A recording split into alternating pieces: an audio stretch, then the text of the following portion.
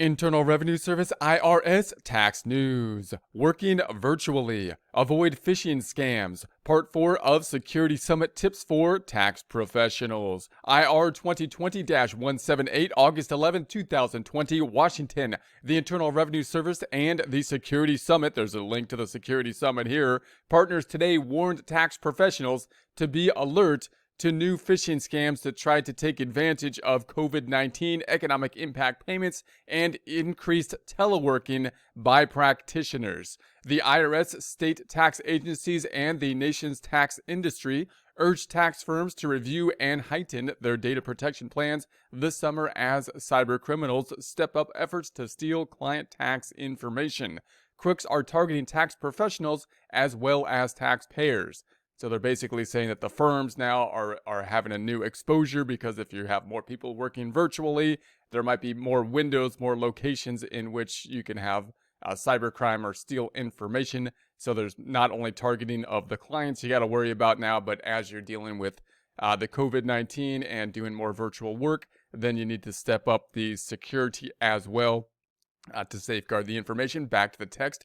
Avoiding phishing emails is the 4th and 5-part Security Summit series called Working Virtually, Protecting Tax Data at Home and at Work. The Security Summit initiative by the IRS, state tax agencies, and private sector tax industry spotlights basic security steps for all practitioners, but especially those working remotely in response to COVID-19.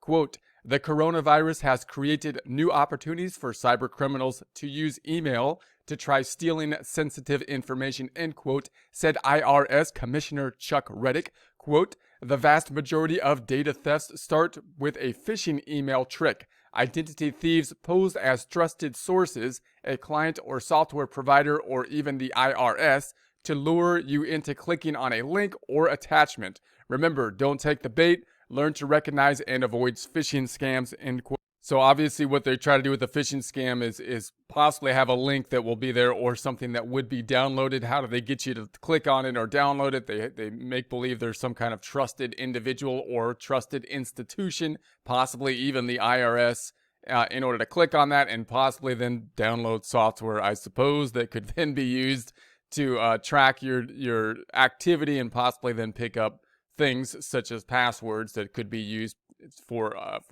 logins, such as with tax software, possibly. Back to the text.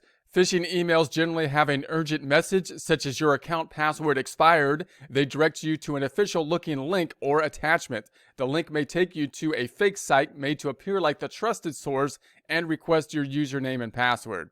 So they give you kind of the panic is generally involved with these kind of phishing attacks. You got to do this now, So we have this nice handy link right below where it'll take you straight to the website where you can then update whatever needs to be updated because it needs to be done like right now, right? So you don't want to go to the link. If you need to update something, then you probably want to go outside of the website, check to see if it needs to be updated by going to the source itself as opposed to the link in the email. If you have questions about whether it's a legitimate email or not. Back to the text. Or the attachment may contain malware, which secretly downloads malware that tracks keystrokes and allows thieves to eventually steal all the tax pros' passwords. This year, IRS identified a highly sophisticated attack against tax firms where thieves gained remote access either through phishing or malware and were able to enter the cloud storage accounts that held client files. So that's obviously quite scary. So they actually gonna get into the system, the network itself, and be able to actually physically move in the network itself and take client information, possibly even file tax returns from remote location. That would be not good.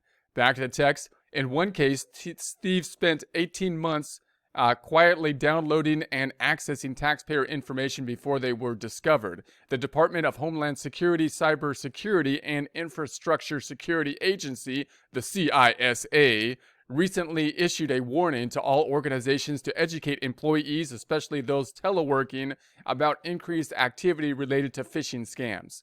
So obviously the larger the network of people that you have working in the firm, the better you have to be at this, because you need to be able to navigate this between multiple different people who are all getting emails and who all are having access to the central location And especially when you go remotely, then now you have another opening that could be a possibility for people to use phishing scams in order to use that remote access to get to the access in the central location. That's my interpretation as a non-technical professional. Back to the text. These scams focus on COVID-19 fears by presenting themselves as providers of face masks or personally protected equipment in short supply. Thieves also used other tactics against taxpayers, impersonating the IRS and calling or emailing requests for bank account information to send the economic impact payments. Tax professionals should beware of emails from criminals posing as potential clients. As people practice social distancing these days, criminals may exploit this process to try to trick tax practitioners into opening links or attachments. So obviously, when you're working from home a lot more, you're probably thinking of picking up clients from remote locations and whatnot. So you might be more inclined to open emails than you otherwise would have been under normal conditions. And people impersonating clients is going to be one way that phishing scams can take place. The Security Summit continues to urge tax professionals to create, quote, trusted customer, end quote, policies and contact potential clients by phone or video conference. Taxpayers and tax professionals can forward suspicious email posing as the IRS to phishing@irs.gov. There's a link to that here. There'll be a link to this in the description. Because phishing emails are so common and successful, Summit partners urge tax professionals to educate all office personnel about the dangers and risks of opening suspicious emails, especially during COVID-19 period. Additional resources. The tax professionals also can get help with security recommendations by reviewing the recently revised IRS Publication 4557, Safeguarding Taxpayer Data. There's a link to that PDF here. There'll be a link to this in the description. And Small Business Information Security, the Fundamentals. There's a PDF link to that here by the National Institute of Standards and Technology. Publication 5293, Data Security Resource Guide for Tax Professionals, also available and has a link here, provides a compilation of data theft information about the IRS. Also, tax professionals should stay connected to the IRS through the subscription to e-news for tax professionals and social media, or visit Identity Theft Central at irs.gov/identity theft. There's a link to those 3 locations here as well. There'll be a link to this in the description.